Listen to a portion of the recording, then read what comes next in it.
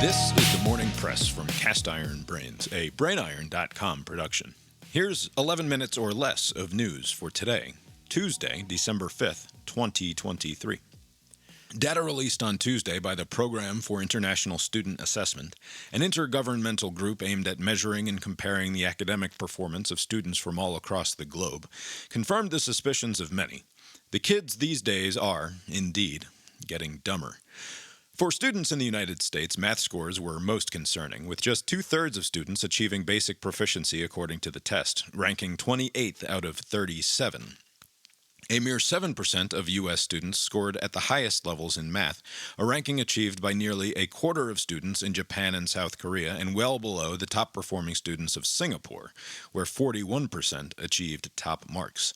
The results were a decline from the last time these tests were given in 2018, and an even sharper decline from the results recorded when the test was first administered in 2003.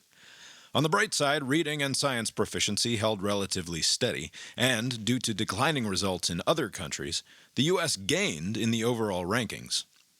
Education Secretary Miguel Cardona cheered the results, attributing the rise in ranking to massive government spending on education through the pandemic, even as the test scores showed that students have gotten measurably worse.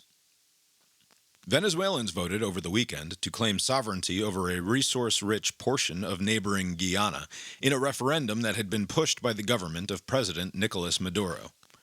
The government claimed turnout of about 50%, though many doubted the legitimacy of those claims based on reporting of nearly empty and lineless polling places throughout the country, even in regions where Maduro and his party enjoy strong support.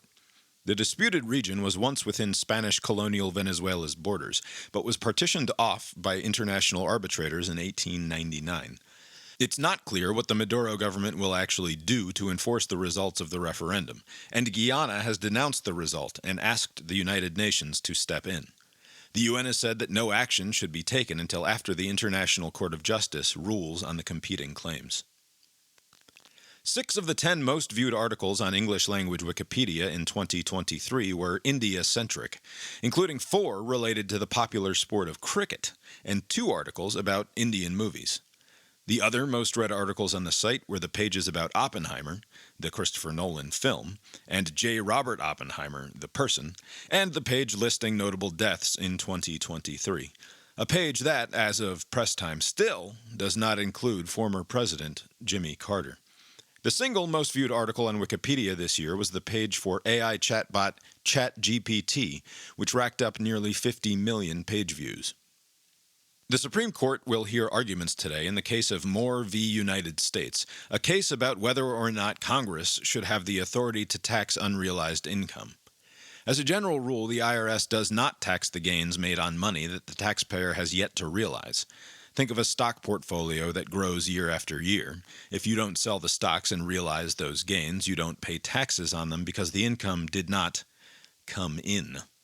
The case is being viewed as a sort of proxy fight between those who hope to one day get a wealth tax passed in the United States and those who believe such a thing would be unconstitutional, or at least bad.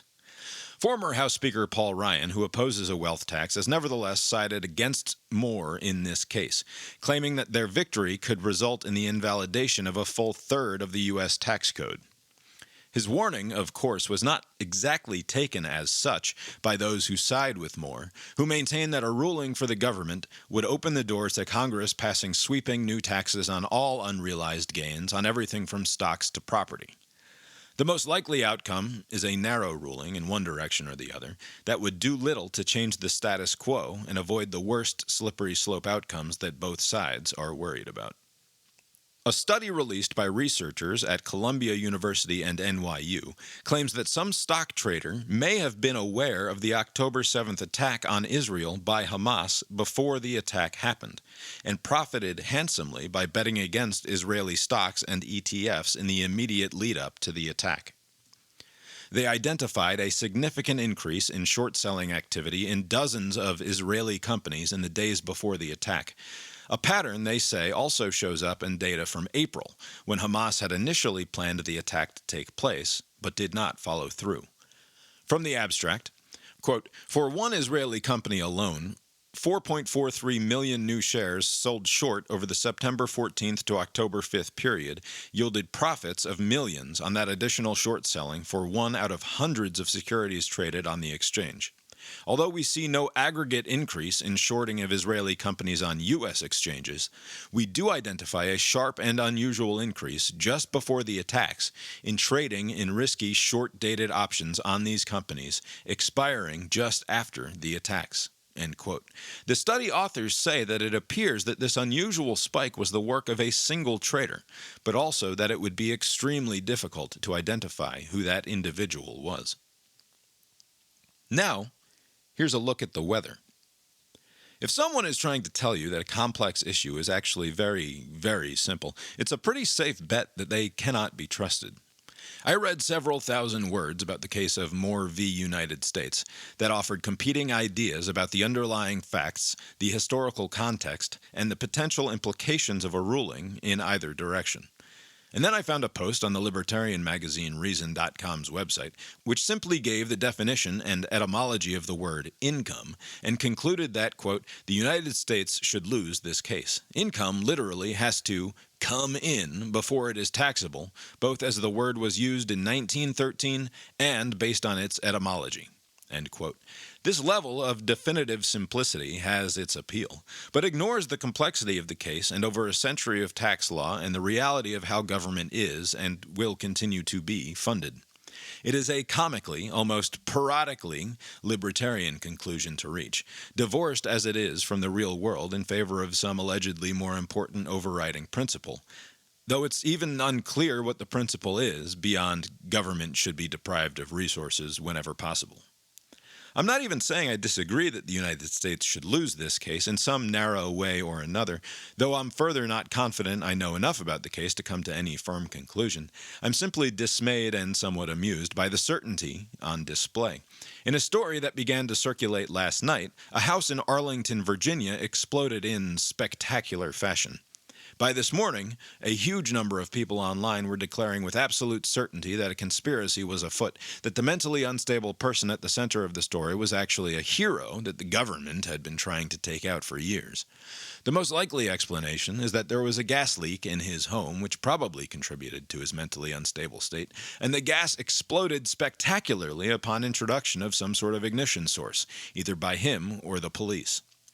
But of course, we cannot know yet, and may never have a fully satisfactory explanation, if by fully satisfactory I mean that there is a story universally accepted as true. In the age of infinite information, where it has become increasingly difficult to figure out what is true because it is virtually impossible to figure out what information is real, from a real person telling a true story about the real world and not some hallucination by ChatGPT or the various algorithms or those subject to those AIs and algorithms, knowing has lost all meaning. The information age is collapsing in on itself because we don't have a theory of knowledge that has caught up to the current overwhelming moment. No wonder, then, at the appeal to the authority of the definition of a word to make all the confusion simply go away. That's the weather from here. How's it look out your window? The Morning Press is a production of the BrainIron.com multinational media empire. Please direct comments and complaints to brainironpodcast@gmail.com or visit the website at brainiron.com. For a transcript of today's episode and links to the stories referenced, find the Morning Press at brainiron.substack.com. Thanks, and barring the sudden onset of the inevitable, we'll talk to you tomorrow. The proceeding was created with 100% human content.